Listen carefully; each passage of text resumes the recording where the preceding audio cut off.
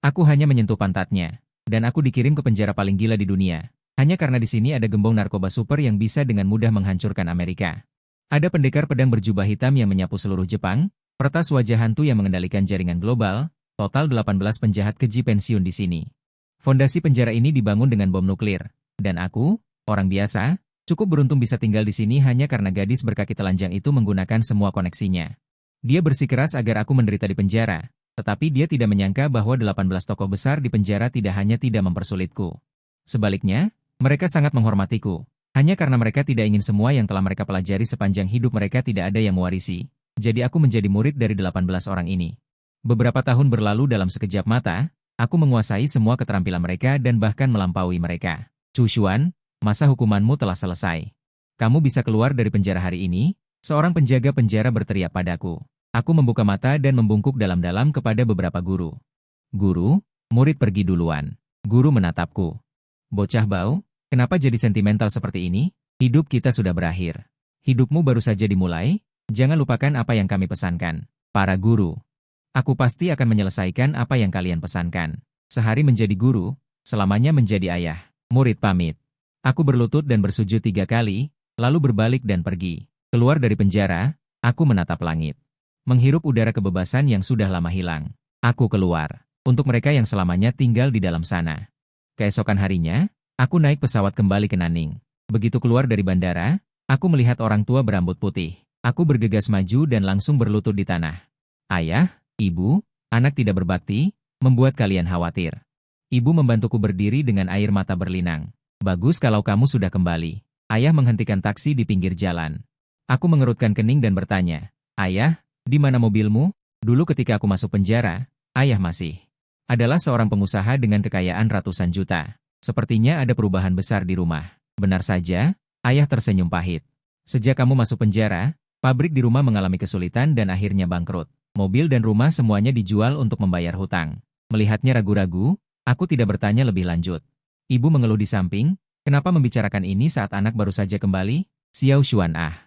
Meskipun keluarga tidak seperti dulu, tetapi uang untuk pernikahanmu dengan Xiao Yan masih ada. Kapan kita bisa mengajak keluarganya makan malam? Mari kita tetapkan tanggal pernikahan. Liu Ruyan. Aku membisikkan nama ini. Dia adalah teman SMA aku dan juga pacarku. Dia sangat cantik dan baik hati. Memikirkannya membuat hatiku menghangat. Sebelum aku masuk penjara, kami sudah bertunangan. Dia berjanji untuk menikahiku setelah aku keluar dari penjara. Tahun-tahun ini, aku bertahan berkat pikiran ini. Dia adalah orang yang paling aku rindukan. Setelah sampai di rumah, aku mandi dan makan malam bersama orang tua. Ibu memasak hidangan favoritku. Di meja makan, dia dengan gembira berkata, baru saja menghubungi orang tua Xiao Yan. Sudah sepakat untuk bertemu malam ini untuk membahas tanggal pernikahan kalian. Saat itu, terdengar ketukan di pintu, ibu pergi membukakan pintu. Tak lama kemudian, sepasang suami istri masuk, diikuti oleh seorang gadis muda dan cantik dengan kulit seputih salju. Jantungku berdegup kencang saat melihatnya. Itu adalah Liu Ruyan yang selalu kurindukan. Orang tuaku menatap mereka dengan bingung. Bukankah seharusnya bertemu malam ini? Meskipun terkejut, mereka tetap menyambut dengan hangat. Keluarga Liu Ruyan memasang wajah dingin meskipun disambut dengan hangat. Ayahnya, Liu Qiguo, duduk di sofa dengan sikap arogan tanpa sungkan. Pak Tua Chu, kita sudah berteman selama bertahun-tahun, jadi aku akan langsung saja. Dia menyilangkan kaki, hari ini aku datang untuk menjelaskan beberapa hal. Ekspresi ayah berubah dari ramah menjadi dingin. Bagaimanapun, dia pernah berpengalaman dan masih bisa menilai orang. Putriku sekarang adalah manajer Departemen Huayao. Gaji tahunannya ratusan ribu. Anakmu hanyalah seorang tahanan. Apa menurutmu dia pantas untuknya? Liu Qiguo berkata dengan arogan, aku datang hari ini untuk memberitahumu bahwa bermimpi saja untuk menikahi putriku. Ibu Liu juga menimpali dengan muram, kata jelek jangan bermimpi mendapatkan angsa. Mendengar ini, orang tuaku tampak terkejut. Meskipun mereka menduga keluarga Liu akan berubah pikiran, hinaan terang-terangan ini benar-benar di luar dugaan. Aku menatap Liu Ruyan dengan tenang. Apakah ini juga maksudmu? Liu Ruyan mencibir, tentu saja. Dulu, saat Chu Xuan masih sekolah, kamu adalah anak orang kaya. Aku hanyalah seorang siswa biasa, tentu saja aku menyukaimu. Tapi sekarang keluargamu bangkrut dan kamu sudah bertahun-tahun di penjara. Menurutmu, apa yang membuatmu pantas untukku? Saat itu, seorang pria gagah dan rapi dengan setelan jas masuk. Melihatnya, Liu Ruyan buru-buru menggandengnya. Chu Xuan, biar ku beritahu. Ini pacarku, wakil presiden grup Huayao. Gaji tahunannya jutaan. Hanya orang seperti ini yang pantas untukku. Terlebih lagi, Aku sudah mengandung anaknya. Mendengar ini, darahku langsung mendidih. Pengkhianatannya mengejutkanku. Terlebih lagi aku tidak menyangka dia berani bertindak begitu kurang ajar di depan orang tuaku. Pria berjas itu berkata dengan nada menghina, "Kau tahanan, aku jijik melihatmu, sumbu sial." Melihat kesombongan Liu Ruyan, aku tertawa marah. "Liu Ruyan, kau juga berani menyebut dirimu putri? Dulu, saat orang tuamu jatuh miskin. Apa kau lupa bagaimana kau berlutut dan memohon padaku? Kau tidak tahu kenapa aku dipenjara? Semua orang bilang aku menabrak kaki gadis itu hingga patah. Tapi kaulah yang menyetir hari itu, aku menggantikanmu." Aku berteriak. Orang tuaku menatapku dengan kaget. "Xiao Xuan, apa yang kau katakan?" Aku menatap mereka dengan rasa bersalah. "Ayah, ibu, aku salah menilai orang, membuat diriku dipenjara selama 10 tahun dan menyeret bisnis keluarga menjadi bangkrut." Liu Ruyan tidak menyangkal, "Jangan bicara seolah-olah itu mulia. Ini semua sukarela." "Apa urusanku?" Aku menghela napas. "Karena ingin membatalkan pertunangan." "Aku setuju. Tapi 1 juta yang kamu pinjam saat itu, ditambah 10 tahun penjara yang kujalani untukmu. Meminta 15 juta darimu tidak berlebihan, kan? Jangan beri aku 10 juta untuk bunga, atau lupakan untuk membatalkan pertunangan." Liu Ruyan marah dan berkata, "Chu Xuan, kau jadi bodoh karena dipenjara? Kau langsung meminta 10 juta. Kenapa aku harus memberikannya padamu?" Pria berjas di samping mengerutkan kening. "Anak muda, namaku Ma Dongyang. Wakil Presiden Grup Huayao. Dia mengandung anakku. Apa gunanya kau mengganggunya sekarang? Percaya atau tidak, aku akan membuat keluargamu hancur hanya dengan menjentikan jari." Aku menatap dengan dingin.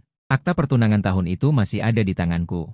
Tertulis hitam di atas putih bahwa jika aku tidak setuju untuk membatalkan pertunangan, dia tidak bisa bersamamu. Paling buruk, aku akan mengirim seseorang untuk memfotokopi akta pertunangan dan mempromosikannya di Huayao.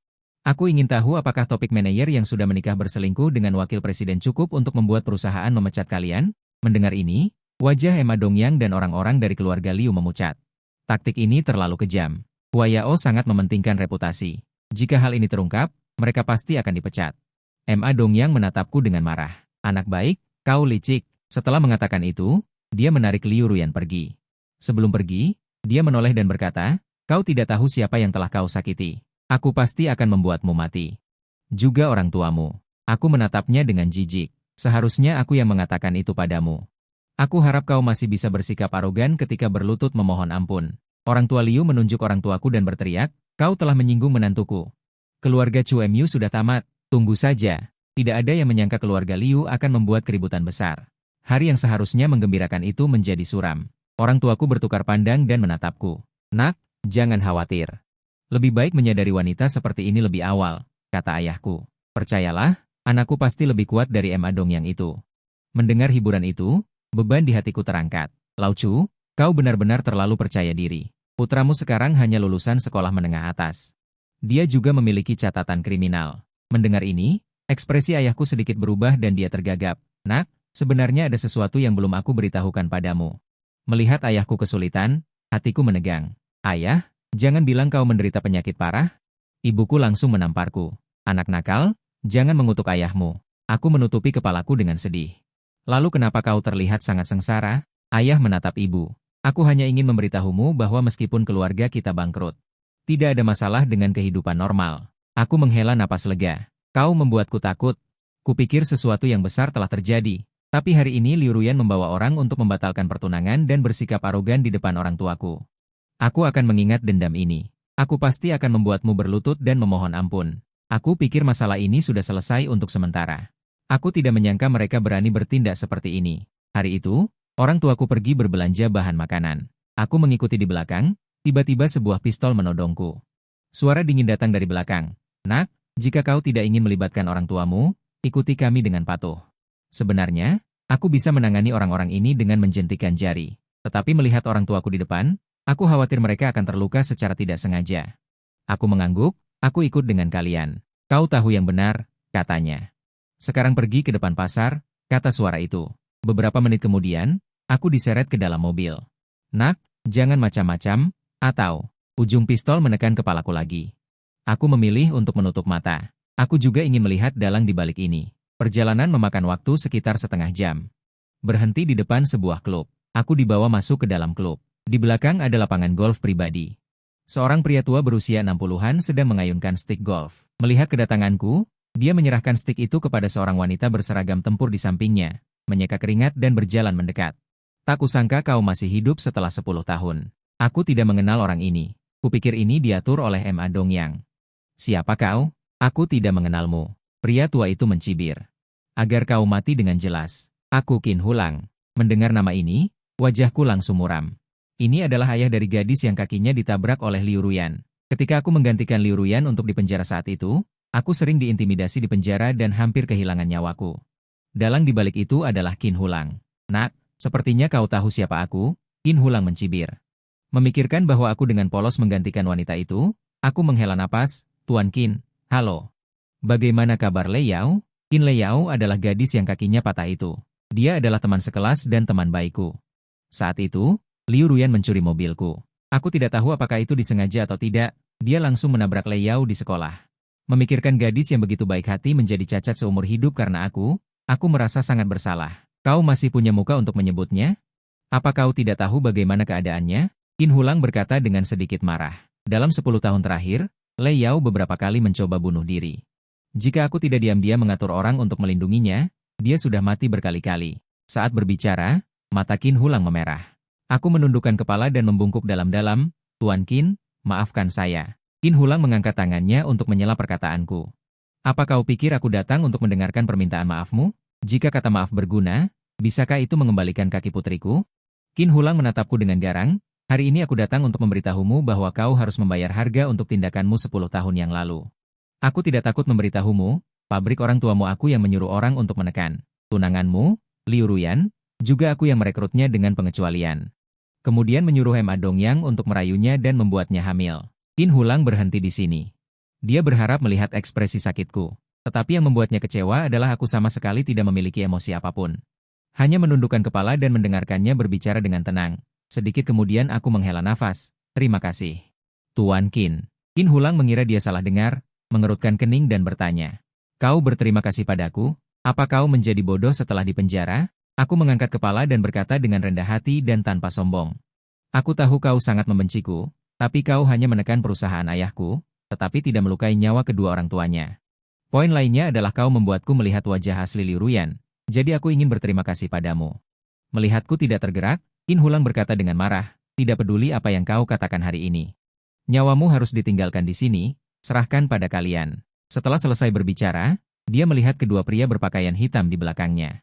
Kedua orang itu menjawab dengan hormat dan langsung mengeluarkan pistol dan menarik pelatuk ke arahku. Tepat saat mereka menarik pelatuk, leherku sedikit sakit, lalu perlahan jatuh dan tidak sadarkan diri. Perubahan mendadak itu membuat Qin Hulang tertegun. Dia menoleh untuk melihat wanita di sampingnya. Shangguan, apa yang terjadi? Wanita ini bernama Shangguan Jiei. Dulu anggota tim operasi khusus, kemudian disukai oleh kuil Dewa Naga dan bergabung dengan kuil Dewa Naga. Karena Qin Hulang pernah menyelamatkannya.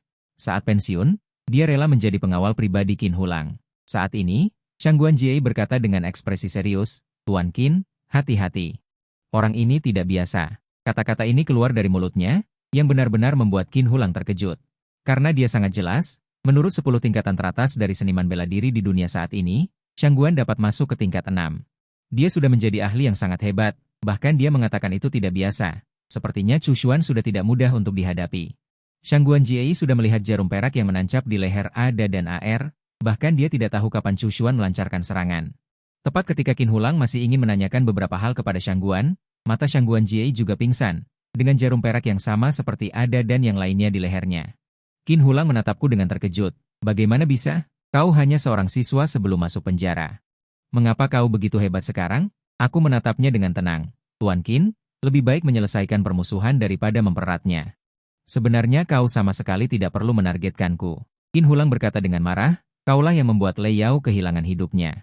Aku tahu bahkan jika aku membunuhmu, Lei Yao tidak akan berdiri, tetapi kau harus tahu ini adalah harga yang harus kau bayar. Lalu bagaimana jika aku bisa membuat Lei Yao berdiri lagi? Aku menatapnya dengan serius. Ekspresi Qin Hulang berubah. Tapi kemudian dia berkata sambil mencibir, hanya denganmu, aku sudah mencari rumah sakit paling berwenang di seluruh dunia. Bahkan mereka tidak bisa melakukannya. Kau ini apa? Aku menatapnya dengan tegas. Tuan Qin, orang lain tidak bisa, tidak berarti aku tidak bisa. Masalah Lei Yao ada hubungannya denganku. Tolong percayai aku. Aku jamin Lei Yao bisa berdiri. Setelah mendengarkanku, Qin Hulang sedikit ragu. Meskipun semua hasil diagnosis mengatakan bahwa Lei Yao tidak mungkin berdiri lagi dalam hidupnya, pemuda di depannya ini memancarkan kepercayaan diri. Itu membuatnya tanpa sadar ingin percaya. Saat dia ragu, aku menatapnya. Jika aku tidak bisa melakukannya, aku akan bunuh diri di depanmu tanpa ragu. Saat ini, Shangguan Jiechi terbangun. Ketika dia mendengar kata-kataku, dia juga merasa tidak masuk akal. Dia sangat jelas bahwa membuat seseorang yang tingkat kultivasinya lebih tinggi dari dirinya mati. Kecuali dia sendiri yang menginginkannya, mungkin perlu menggunakan kekuatan negara untuk melakukannya. Dia berbalik untuk melihat Qin Hulang. Dengan kemampuannya, dia tidak perlu berbohong. Memberinya kesempatan sama dengan memberi Nona kesempatan. Qin Hulang menatap Shangguan dengan heran. Sejak Shangguan menjadi pengawalnya, dia sangat jarang berbicara. Tetapi setiap kata yang diucapkannya sangat penting. Bahkan dia tidak menyangka Shangguan akan berbicara untuk Chu Xuan. Qin Hulang menatapku. Karena Shangguan sudah berbicara, aku akan memberimu kesempatan. Lei Yao dan kakaknya pergi keluar untuk bersantai. Sekitar 2 jam lagi mereka akan kembali ke Nanning. Hidup atau mati, ini adalah jalan yang kamu pilih. Tuan Qin, jangan khawatir. Apa yang aku, Chu Xuan, katakan pasti bisa kulakukan. Kemudian aku melambaikan tangan dengan santai. Mengambil kembali jarum perak dari leher mereka bertiga. Ada dan AR yang terbangun menatapku dengan sedikit ketakutan. Ketakutan ini tercermin dalam perbedaan kekuatan yang sangat besar. Menunggu itu lama, tetapi aku sudah menunggu selama 10 tahun. Aku tidak keberatan menunggu 2 jam lagi. 2 jam berlalu. Suara lonceng yang merdu memasuki benakku. Aku menoleh. Aku melihat seorang wanita cantik mengenakan gaun putih duduk di kursi roda. Di belakangnya ada seorang wanita mengenakan gaun hitam mendorongnya. Angin sepau-sepau bertiup. Lonceng yang tergantung di kursi roda berdering tertiup angin. Tatapan garang Qin Hulang berubah. Matanya penuh kasih sayang. Ayau, apakah kamu bersenang-senang kali ini? Mata Qin Lei Yao tanpa cahaya. Berbicara dengan nada yang sangat datar, pemandangannya bagus, tetapi bagi orang cacat seperti saya, itu tidak ada artinya. Qin Hulang merasa sangat sedih mendengar putrinya mengatakan itu. Setiap kali dia memikirkan putrinya yang polos dan ceria. Berubah menjadi seperti ini sekarang, dia ingin mencabik-cabik Chu Xuan menjadi ribuan keping. Saat ini, tatapan Qin Lei Yao beralih ke diriku. Mata yang semula lesu langsung memancarkan cahaya yang bersemangat. Xiao Tian, kamu sudah keluar. Aku menatapnya dengan sedikit malu. Lei Yao, lama tidak bertemu. Baru saja mengatakan ini, mata wanita berbaju hitam di belakang Lei Yao sudah memancarkan amarah yang membara. Maju selangkah dan menampar wajahku dengan keras. Aku tidak menyangka kamu bisa selamat setelah dikirim ke penjara kandang. Dia berkata dengan marah. Wanita ini adalah kakak Lei Yao, Qin Feiyan. Ada rasa sakit yang membakar di wajahku. Tapi aku tidak menghindar. Tamparan ini pantas aku terima. Qin Feiyan menatap Qin Hulang. Ayah, kenapa tidak membunuhnya sekarang? Reaksinya sudah diduga oleh Qin Hulang. Dia mengerutkan kening dan berkata, sekarang belum bisa membunuhnya. Qin Feiyan menatapnya dengan marah. Kenapa? Anda lupa berapa banyak penderitaan yang dialami Lei Yao karena dia? Jika bukan karena aku menjaganya siang dan malam, Anda sekarang hanya bisa melihat mayat. Qin Hulang kembali tenggelam dalam kenangan menyakitkan. Dia mengerutkan kening menatap Chu Xuan. Dia mati 100 kali. 1000 kali pun tidak cukup. Tapi dia baru saja mengatakan kepadaku bahwa dia bisa menyembuhkan kaki Lei Yao. Membuatnya bisa berdiri kembali. Qin Feiyan dan Qin Lei Yao menatapku dengan kaget. Bagaimana mungkin? Ayah, apakah Anda percaya omong kosong seperti itu? Qin Feiyan mengerutkan kening dan berkata, tentu saja aku tidak percaya. Qin Hulang berkata dengan suara berat. Tapi aku harus percaya. Selama itu bisa membuat Lei Yao berdiri. Bahkan jika hanya ada kemungkinan 1:10.000, aku akan percaya 100%. Qin Feiyan menatap wajah ayahnya, nada bicaranya sedikit melembut. Ayah, kami membawa Lei Yao keluar untuk bermain kali ini. Di pesawat, kami bertemu dengan seseorang. Orang ini bernama Zhang Xuan. Kakeknya adalah dokter terhebat setelah tabib Dewa Duan Muqingyun, Zhang Zonglin. Awalnya aku juga tidak percaya padanya. Tapi dia langsung tahu bahwa lututku memiliki luka lama. Hanya dengan beberapa jarum, luka lamaku sembuh. Mendengar kata-katanya, Qin Hulang sangat terkejut. Ada orang hebat seperti itu? Lalu apakah kamu menyimpan informasi kontaknya? Tentu saja aku menyimpannya. Qin Feiyan berkata. Dan aku sudah memberitahunya tentang kondisi adikku. Dia setuju untuk mengobati adikku.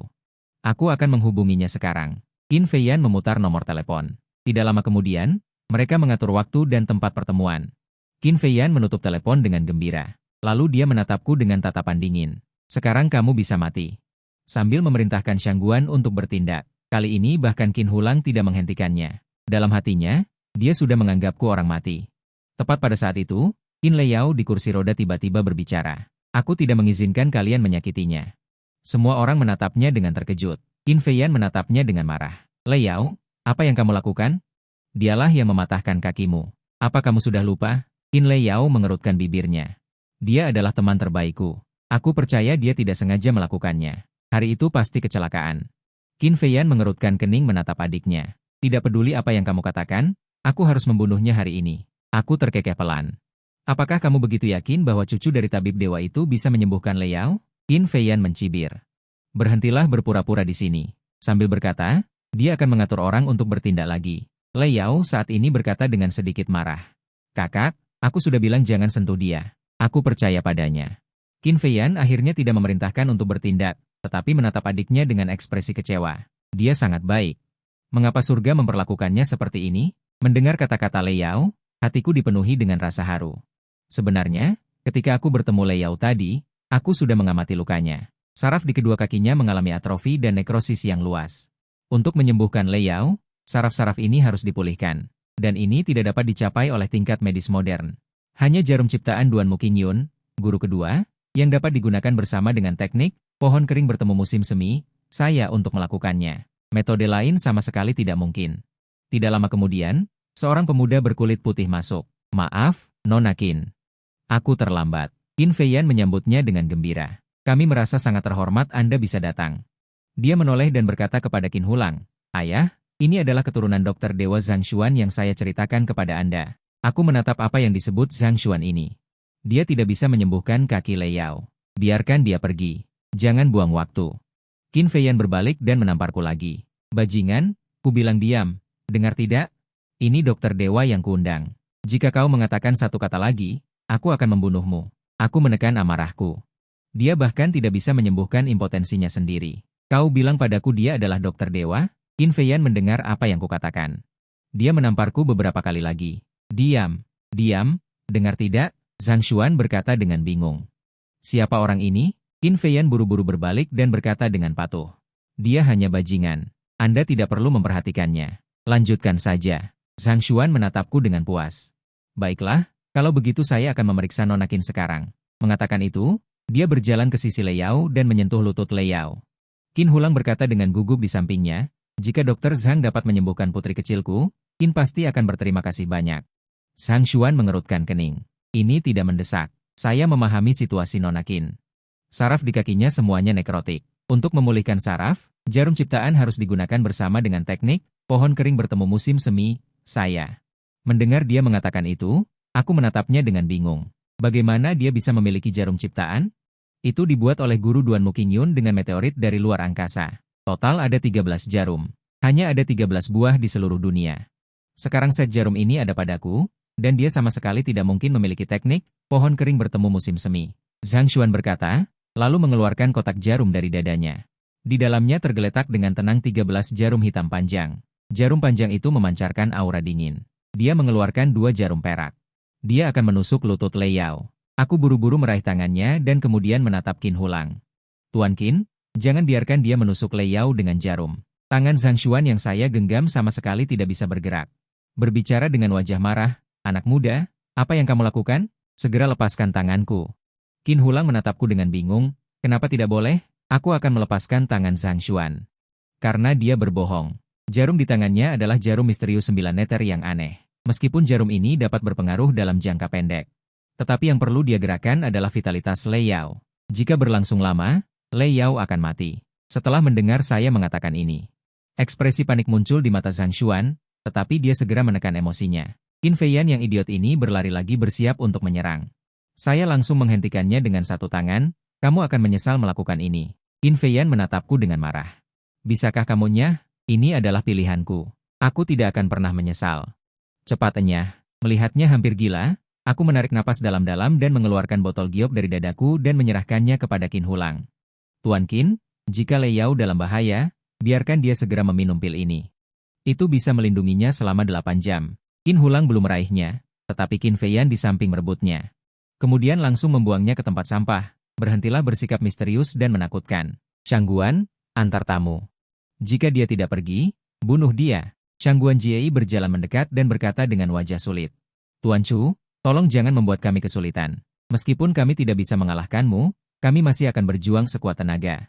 Aku tak berdaya melihat keluarga besar ini berbalik dan pergi. Sebelum pergi, aku dengan khawatir menatap Lei Yao. Lei Yao juga membalas tatapanku dengan tatapan maaf. Ketika berjalan ke pintu masuk klub, aku melihat ke arah Shangguan Jiei. Bisakah kau membantuku? Ada pil di botol giok yang dibuang Qin Feiyan tadi. Jika Lei Yao dalam bahaya, tolong segera berikan padanya. Shangguan Jiei menatapku dengan serius, lalu mengangguk sebagai tanda setuju. Aku mengucapkan terima kasih. Kemudian berbalik dan meninggalkan klub. Saat ini, di klub kuda putih, Zhang Xuan telah mengeluarkan 13 buah jarum perak menusuk kaki Lei Yao. Tidak lama kemudian, mata Lei Yao berubah.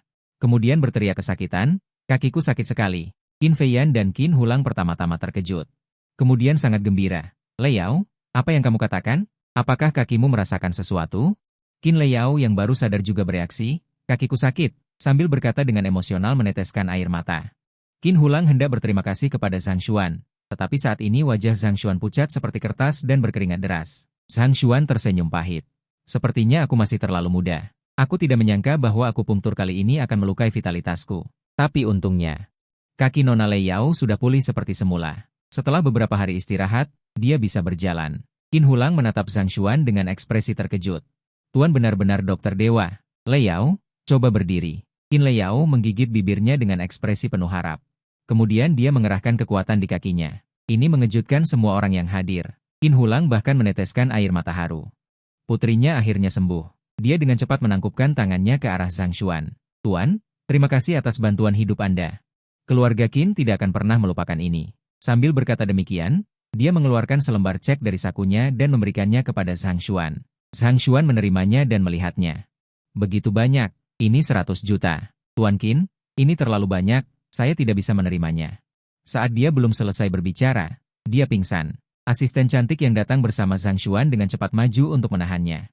Tuan Qin, kita harus segera kembali ke Longdu dan mencari tabib abadi untuk memulihkan putra Anda. Jika tidak, ini akan memengaruhi fondasi putra Anda.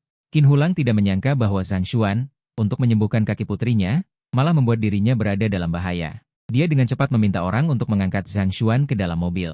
Beberapa menit kemudian, di sebuah mobil yang menuju bandara, asisten cantik itu berkata dengan nada menjilat, akting tuan muda semakin bagus saja. Hampir saja orang-orang mempercayainya. Saat dia selesai berbicara, mata Zhang Xuan yang lemah di sampingnya tiba-tiba terbuka. Kemudian dia tiba-tiba memeluk asisten cantik itu. Tangan kirinya meremas kelembutannya, tangan kanannya memegang cek itu. Dengan ekspresi mencibir, dia berkata, Qin Hulang, Raja Kapal Nanning, ternyata hanya seperti ini. Pada saat yang sama, saya meninggalkan klub dan pulang bersama orang tua saya. Saya tidak menyangka saat tiba di rumah. Sebuah Ferrari merah diparkir di bawah. Seorang wanita cantik dengan tubuh yang luar biasa turun dari mobil. Saat dia melihatku, dia langsung berjalan mendekat. Kamu Chu Xuan, kan? Suaranya seperti musik surgawi, merdu dan menyenangkan. Aku menatapnya dengan bingung. Siapa kamu? Sepertinya aku tidak mengenalmu. Perkenalkan dirimu. Namaku Ye Shishi. Sambil berkata demikian, dia mengulurkan tangan kanannya. Aku belum bereaksi. Tetapi ayah di samping tiba-tiba berkata, kamu Ye Shishi, wanita iblis paling terkenal di Nanning. Aku baru keluar, jadi aku tidak begitu mengenalnya. Tetapi orang-orang di Nanning sangat mengenal nama ini. Konon Ye Shishi adalah seorang gadis nelayan yang miskin sejak kecil. Tetapi entah mengapa dia diangkat sebagai putri angkat oleh seorang tokoh besar. Sejak itu, dia menerima pendidikan terbaik. Seni, catur, kaligrafi, dan lukisan, dia mahir dalam segala hal. Tentu saja, tokoh besar itu melakukan ini bukan karena belas kasihan, tetapi berencana untuk membesarkannya dan memberikannya kepada tokoh besar lainnya sebagai hadiah. Tetapi sebelum orang itu dikirim keluar, tokoh besar itu dibunuh oleh Ye Shishi. Bahkan keluarganya pun tidak dilepaskan oleh Ye Shishi. Dapat dikatakan bahwa dia memusnahkan seluruh keluarga lawannya. Kemudian Ye Shishi mewarisi seluruh kekayaan tokoh besar itu. Tidak hanya membangun gedung terbesar di Asia di Nanning yang disebut Gedung Nomor 1, tetapi juga terlibat dalam hampir semua proyek di Nanning. Aku dengan bingung menjabat tangan Ye Shishi, lalu mengerutkan kening dan menatapnya, menebak tujuannya. Ibu di sampingnya buru-buru berkata, Nona Ye, putraku baru saja keluar dari penjara.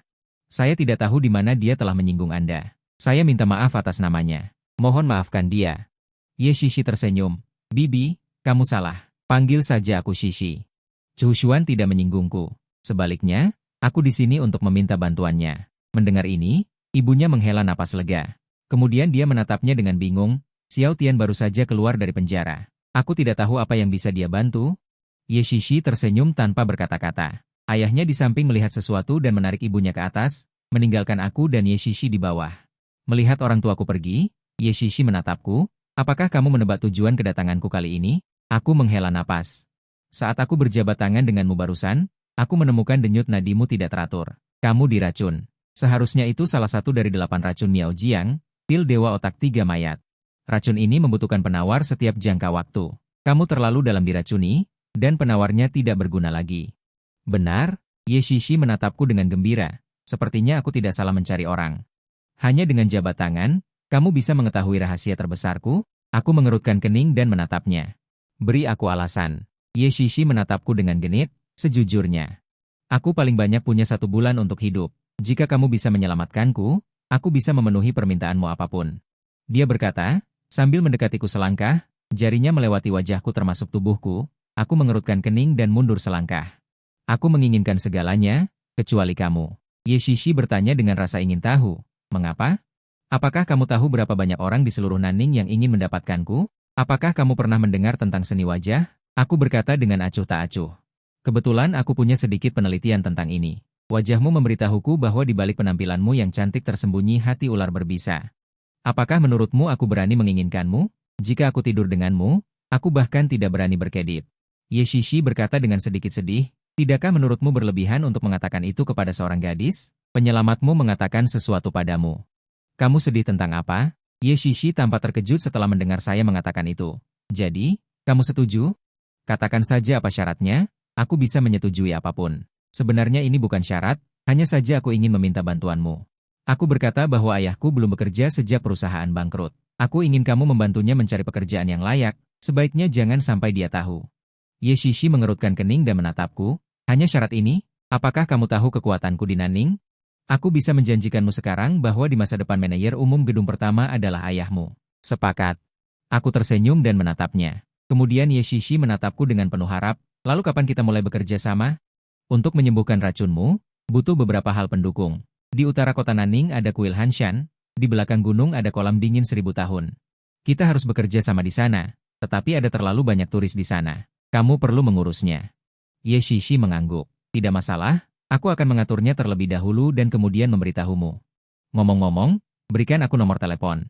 Aku dengan canggung menggaruk kepalaku. Aku baru saja keluar dari penjara dan belum sempat membeli ponsel. Yeshishi terkekeh dan mengeluarkan ponsel baru dari sakunya. Kalau begitu, gunakan ini dulu. Aku mengambil ponsel itu dan tidak berhenti. Aku berbalik dan naik ke atas. Setibanya di rumah, orang tuaku menatapku dengan cemas. Putraku, apa yang Yeshishi inginkan darimu? Aku tersenyum melihat mereka. Tidak apa-apa, dia sakit dan memintaku membantunya menyembuhkan penyakitnya. Tidak ada niat jahat. Ibu menatapku dengan bingung. Kapan kamu belajar menyembuhkan penyakit? Ketika di penjara, seorang teman satu sel belajar kedokteran. Aku telah belajar sedikit keterampilan medis darinya selama 10 tahun terakhir. Orang tuaku mengangguk. Begitu rupanya? Baguslah kalau begitu. Yeshishi bukanlah wanita biasa. Kamu harus berhati-hati. Melihat kekhawatiran orang tuaku, hatiku terasa hangat. Jangan khawatir, Bu. Aku tahu batasanku. Tepat pada saat ini, ponsel di sakuku berdering. Aku mengeluarkan ponsel itu dengan ekspresi bingung. Melihat catatan itu adalah Zhang Xuan. Sepertinya Zhang Xuan ingin menggunakan cara yang sama untuk mendekati Yeshishi. Aku terlalu malas untuk memperhatikannya. Aku langsung memilih untuk menolak. Zhang Xuan di ujung telepon tampak bingung. Yeshishi, wanita ini, berani menutup teleponku. Asisten wanita di samping berkata dengan menjilat, mungkin dia sedang sibuk. Siapa yang berani tidak mengangkat teleponmu? Zhang Xuan tampak muram. Aku telah melihat racun Yeshishi. Meskipun aku tidak tahu racun apa yang dia derita. Tapi kematian sudah dekat. Apakah kamu ingin bermain tarik ulur? Kalau begitu aku akan bermain denganmu. Ngomong-ngomong, Zhang Xuan menatap asisten wanita di sampingnya. Shenrong, bantu aku mencari tahu. Chu Xuan, dari mana asal orang yang menentangku di klub malam? Dia bisa menunjukkan bahwa jarum Zhaohua yang aku gunakan palsu dan juga melihat 9 kehancuran langit mendalamku. Orang ini tidak sederhana. Jika kita tidak bisa berteman, maka bunuh dia secepatnya. Asisten bernama Shenrong mengangguk. Jangan khawatir, aku sudah menyelidikinya. Selain itu, hotel ini milik keluarga Zhang. Tidak ada yang tahu bahwa Anda ada di sini. Zhang Xuan tersenyum dingin. Apa Raja Kapal Nanning Qin Hulang, pemilik gedung nomor 1 Yeshishi? Bukankah mereka masih dimanipulasi olehku di telapak tanganku? Ayah melihatku langsung menutup telepon dan bertanya dengan bingung siapa yang menelepon. Mengapa tidak diangkat? Aku tersenyum melihatnya. Tidak apa-apa, Hanya telepon sampah. Ayah mengangguk dan kemudian menatapku. Xiao Tian, apakah kamu masih ingat Rongrong? Putri sopir ayah dulu. Tentu saja ingat, kenapa tiba-tiba menyebut Rongrong? Tanyaku dengan bingung. Aku dan Rongrong bisa dibilang teman masa kecil, hubungan kami seperti saudara kandung. Saat aku baru masuk penjara, Rongrong masih menjengukku. Waktu itu dia menangis terseduh-seduh. Ayah menghela napas, beberapa hari lalu Paman Su menelepon. Dari nada bicaranya, sepertinya ada masalah di keluarganya. Sambil berkata begitu, dia mengeluarkan sebuah kartu. Tolong bantu aku melihatnya. Jika ada yang bisa dibantu, usahakanlah. Aku menerima kartu itu dan mengangguk. Aku akan pergi sekarang. Ayah bilang mereka sekarang pindah ke desa bahagia baru. Ini alamatnya. Sambil berkata begitu, ayah menulis di selembar kertas. Aku menatapnya dengan bingung. Kenapa mereka pindah ke sana? Bukankah keluarga mereka dulu cukup baik? Yang disebut desa bahagia baru bukanlah arti sebenarnya. Di sana adalah daerah kumuh yang terkenal kotor dan berantakan. Ayah menghela napas. Kau di penjara selama bertahun-tahun, jadi tidak tahu. Ibu Rongrong didiagnosis gagal ginjal. Untuk berobat, Paman Su menjual semua hartanya. Akhirnya, mereka hanya bisa tinggal di sana. Aku mengambil alamat itu. Dengan wajah khawatir, aku keluar rumah. Setengah jam kemudian, aku tiba di pintu masuk desa bahagia baru. Setelah turun dari mobil, aku mencium bau busuk. Tanah dipenuhi sampah. Rumah-rumah di sini miring ke sana kemari. Aku tidak percaya Rongrong dan keluarganya akan tinggal di sini. Tiba di depan rumah genteng reot, aku mengetuk pintu. Seorang gadis berwajah lesu membuka pintu. Meskipun lesu, dia tidak bisa menyembunyikan wajahnya yang cantik. Siapa kamu? Tanya gadis itu dengan waspada. Rongrong, ini aku, Chu Xuan. Apa kau tidak ingat? Aku menatapnya dengan sedikit iba. Kakak Chu Xuan, kau sudah keluar dari penjara? Kata gadis itu dengan gembira. Aku baru saja hendak berbicara, tiba-tiba aku merasakan sekelompok orang datang dari belakangku. Aku menoleh. Selusin pria berwajah garang berjalan ke arah sini dengan seringai mengejek. Rongrong sangat terkejut melihat orang-orang ini. Kenapa kalian datang lagi? Bukankah sudah kubilang kami tidak akan menyetujui persyaratan relokasi kalian? Pria kekar di depan itu mencibir. Gadis kecil, di sini bukan tempatmu berbicara. Berani-beraninya kau bertingkah, akan kupatahkan kaki ayahmu yang satu lagi. Aku mengerutkan kening menatap Rongrong. Apa yang terjadi dengan kaki Paman Su? Air mata langsung menggenang di mata Rongrong. Dia menceritakan kejadian yang terjadi baru-baru ini dengan singkat. Ternyata mereka ingin merebut rumah mereka dengan paksa. Sujian tidak setuju, dan akhirnya mereka melakukan tindakan keji. Paman Su bisa dibilang menyaksikan aku tumbuh dewasa. Meskipun dia adalah sopir ayah, selama bertahun-tahun hubungan kami lebih dekat dari saudara kandung. Aku berbalik badan dengan mata berkilat dingin. Menatap orang-orang itu, aku berkata dengan nada rendah, siapa yang melakukannya? Pria kekar di depan itu mencibir mengejek. Dia menunjuk dirinya sendiri. Aku ini kakekmu, belum selesai dia bicara. Langsung menyerbu maju, pria besar itu sedang menunjuk dahinya sendiri, tetapi tiba-tiba merasa jari-jarinya mati rasa.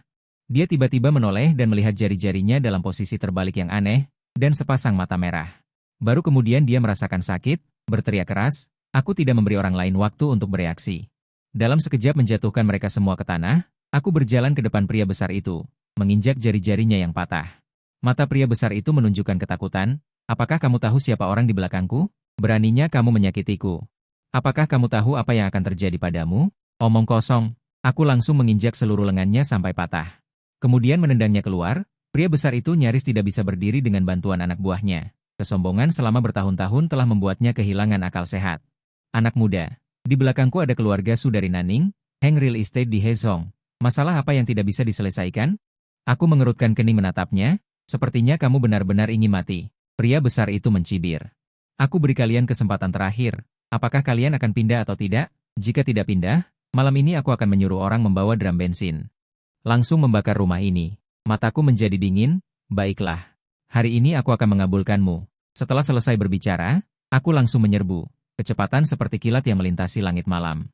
Tiba di depan pria itu dan langsung menendang, hanya suara tulang patah yang menusuk telinga terdengar. Pria itu ditendang seperti bola meriam. Menabrak dinding di belakang dengan keras, seluruh tubuhnya tertanam di dalamnya. Saat ini 7 lubang di wajahnya berdarah. Seluruh tulangnya patah, aku melihat anak buah yang dibawanya. Inilah jawabanku. Mengerti? Beberapa anak buahnya sudah mengompol, seorang pemuda berambut merah menelan ludah dan maju. Aku beritahu kamu, jangan bertindak gegabah, bosku dari Zongheng Real Estate. Bosnya bernama Su Jiang. Aku menatapnya dengan dingin, sekarang segera telepon dia. Katakan padanya untuk datang ke sini dalam waktu setengah jam dan bersujud meminta maaf. Jika tidak, aku akan datang sendiri dan memotong kedua kakinya. Pemuda berbaju merah berpikir bahwa menyebut nama bosnya akan membuat lawannya ketakutan. Tanpa diduga, lawannya begitu gila sehingga dia tidak bisa melanjutkan kata-katanya. Anak muda, apakah kamu alien? Bosku, Sujiang, adalah kaisar bawah tanah Nanning. Beraninya kamu menyuruhnya datang dan berlutut meminta maaf padamu? Aku malas berbicara. Langsung menyerbu, meraih salah satu telinganya dan langsung merobeknya. Kamu punya 29 menit. Pemuda berbaju merah melihat salah satu miliknya. Telinganya jatuh ke tanah baru kemudian dia menyadari. Lalu terdengar jeritan yang menyedihkan, dia tidak berani menunda lagi. Cepat menelepon Sujiang. Sujiang di ujung telepon, sedang membahas masalah dengan sekretarisnya di kantor. Menerima telepon dari Hong Mao, aku langsung marah, menghempaskan sekretaris di tubuhku. Tang Bing, panggil orang ke desa Sinfu bahagia. Aku ingin melihat siapa yang mencari mati. Melihat anak muda berpakaian merah selesai menelepon, aku menoleh ke Rongrong. Bawa aku menemui Paman Su. Rongrong masih menatapku dengan linglung, dia belum bereaksi terhadap adegan tadi. Kakak Cushuan yang lembut dan anggun dulu, tadi seperti iblis, berjalan ke kamar. Aku langsung melihat Paman Su terbaring di tempat tidur. Saat ini, wajahnya kuyu dan kurus kering, satu kakinya masih digips. Sujian merasakan seseorang masuk, membuka matanya dan melihat ke pintu. Apakah itu Xiao Tian? Aku segera berjalan mendekat. Paman Su, ini Xiao Tian, aku datang menemuimu. Sujian berkata dengan sedikit bersemangat, kamu sudah keluar? Baguslah kalau kamu sudah keluar. Lain kali, berhati-hatilah dalam bertindak. Meskipun dia sudah seperti ini, dia masih mengkhawatirkanku. Hatiku sangat sedih. Paman Su, biarkan aku melihat lukamu. Sujian menatapku dengan senyum di wajahnya. Tulang tua.